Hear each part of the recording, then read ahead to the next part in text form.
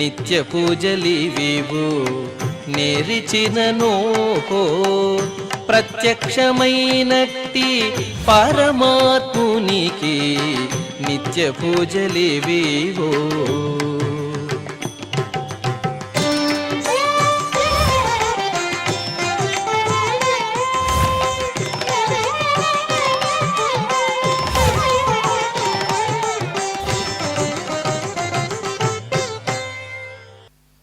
ఓం నమో వెంకటేశాయ. ఈరోజు సోమవారము, శ్రీ విశ్వావసునామ సంవత్సరము, ఉత్తరాయణము, శిశిర ఋతువు, మాఘమాసము, శుక్లపక్షము, అష్టమి తిథి, అశ్విని నక్షత్రము, జనవరి 26, 2026.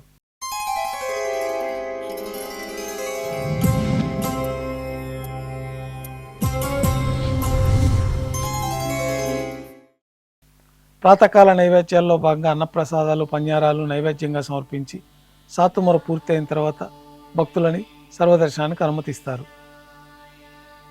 కొద్ది విరామం తర్వాత మాధ్యాహ్నిక ఆరాధనలో భాగంగా బంగారు పంచపాత్రలో శుద్ధ జలాన్ని నింపుకొని శ్రీవైకానస భగవత్ శాస్త్రోక్తమైన విధానంలో దేవతామూర్తులకై ఉపచారాలు సమర్పించి తులసీదళములతో అష్టోత్తర శతనామార్చన నిర్వహించి మాధ్యాహ్నిక నైవేద్యంలో భాగంగా అన్నప్రసాదాలు, పన్యారాలు స్వామివారికి నైవేద్యంగా సమర్పించి భక్తులని సర్వదర్శనానికి అనుమతిస్తారు. ఉభయ దేవేరులతో శ్రీ మలయప్ప స్వామివారు బంగారు తిరిచిపైన వేయించేస్తారు. మేళతాళాలతో ఊరేగింపుగా విమాన ప్రదక్షిణంగా సంపంగి ప్రాకారంలో గల కళ్యాణ మండపానికి చేరుకుంటారు. కళ్యాణోత్సవం ప్రారంభమవుతుంది. పుణ్యాహవాచనము, అంకురార్పణ, రక్షాబంధనము, అగ్నిప్రతిష్ఠ, స్వామివారికి అమ్మవార్లకి మధుపర్కాలు, కళ్యాణం పట్టు వస్త్రాల సమర్పణ, మహాసంకల్ప పఠనము, మాంగళ్యాల ఆరాధన, మాంగళ్యాల పూజ పూర్తి అయిన తర్వాత స్వామివారి తరఫున అమ్మవార్లకి మాంగళ్యాల సమర్పణ. ఈ సందర్భంగా స్వామివారికి అమ్మవార్లకి కర్పూర నీరాజనము, విశేషమైన హోమాలతో పూర్ణాహుతి పూర్తి అయిన తర్వాత మాలా పరివర్తనం అనే కార్యక్రమాన్ని నిర్వహించి ఉభయ దేవేరులను శ్రీవారి చెంతకు చేర్చి ఈ సందర్భంగా అక్షతారోపణం అనే వైదిక కార్యక్రమాన్ని నిర్వహించి నైవేద్యము, కర్పూర నీరాజనంతో కళ్యాణోత్సవం పూర్తి అవుతుంది. కళ్యాణోత్సవ భక్తుల దర్శనం అనంతరం ఉభయ దేవేలతో శ్రీ మలయప్ప స్వామివారు ధ్వజస్తంభం వద్ద గల అద్దాల మండపానికి చేరుకుంటారు. వేదపారాయణ నడుమ ఊంజల సేవ నిర్వహించి కర్పూర నీరాజనంతో ఊంజల సేవ పూర్తి అవుతుంది. ఉభయ దేవేలతో శ్రీ మలయప్ప స్వామివారు మేళతాళాలతో ఊరేగింపుగా ఆలయం వెలుపల కల వైభవోత్సవ మండపానికి చేరుకుంటారు. ఆర్జిత బ్రహ్మోత్సవంలో భాగంగా స్వర్ణ గరుడ వాహనం పైన శ్రీ మలయప్ప స్వామివారు వేంచేస్తారు. కర్పూర నీరాజనంతో గరుడ వాహన సేవ పూర్తి అవుతుంది. హనుమంత వాహనం పైన శ్రీ మలయప్ప స్వామివారు వేంచేస్తారు. కర్పూర నీరాజనంతో హనుమంత వాహన సేవ పూర్తి అవుతుంది. పెద్ద శేష వాహనం పైన శ్రీ మలయప్ప స్వామివారు వేంచేస్తారు. కర్పూర నీరాజనంతో పెద్ద శేష వాహన సేవ పూర్తి అవుతుంది. ఉభయ దేవేలతో కలిపి శ్రీ మలయప్ప స్వామివారికి కర్పూర నీరాజన సమర్పణతోటి ఆర్జిత బ్రహ్మోత్సవం పూర్తి అవుతుంది.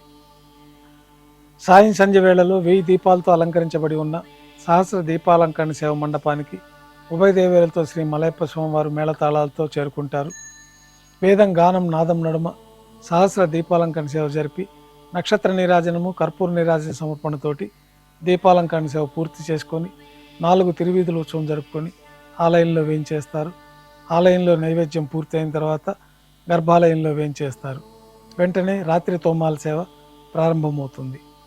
ఉదయం సమర్పించిన పుష్పమాలికలన్నీ చల్లింపు చేసుకొని గర్భాలయాన్ని శుద్ధి చేసుకొని బంగారు పంచపాత్రలో శుద్ధ తోయాన్ని నింపుకొని శ్రీవైకానస భగవత్ శాస్త్రోక్తమైన విధానంలో దేవతామూర్తులందరికీ ఉపచారాలు సమర్పించి కొత్త పుష్పమాలికలతోటి మూలమూర్తికి, ఉత్సవమూర్తులకి అలంకరణ జరిపి చతుర్వేద మంత్రాలతో మంత్రపుష్పాన్ని సమర్పించి నక్షత్ర నీరాజనము, కర్పూర నీరాజన సమర్పణతోటి తోమాల సేవ పూర్తి అవుతుంది. తులసీ దళములతో అష్టోత్తర శతనామార్చన నిర్వహించిన తర్వాత రాత్రి నైవేద్యంలో భాగంగా అన్నప్రసాదాలు, పన్యారాలు, దోశ, ఘంటానాదం మధ్య శ్రీవారికి నైవేద్యంగా సమర్పించి తిరువీస నైవేద్యం పూర్తయిన తర్వాత భక్తులని సర్వదర్శనానికి అనుమతిస్తారు. కొద్ది విరామం తర్వాత ఏకాంత సేవలో భాగంగా రాత్రి సమర్పించిన పుష్పమాలికలన్నీ సల్లింపు చేసుకొని గర్భాలయాన్ని శుద్ధి చేసుకొని బంగారు పంచపాత్రలో బ్రహ్మ తిరువారాధన కోసమైన ప్రత్యేకమైన తీర్థాన్ని సమర్పించి ఏకాంత సేవలో భాగంగా కౌతుక బేరమైన శ్రీ భోగ శ్రీనివాసమూర్తి వారిని బంగారు పట్టు పాన్పు పైన వేంచేపు చేసుకొని ఈ సందర్భంగా దారోష్ణమైన గోక్షీరము, జీడిపప్పు, ద్రాక్ష, బాదం పప్పు, కలకండ కలిపిన మిశ్రమం, పండ్లు నైవేద్యంగా సమర్పించి కర్పూర నీరాజనంతో ఏకాంత సేవ పూర్తవుతుంది. ఓం నమో వెంకటేశాయ.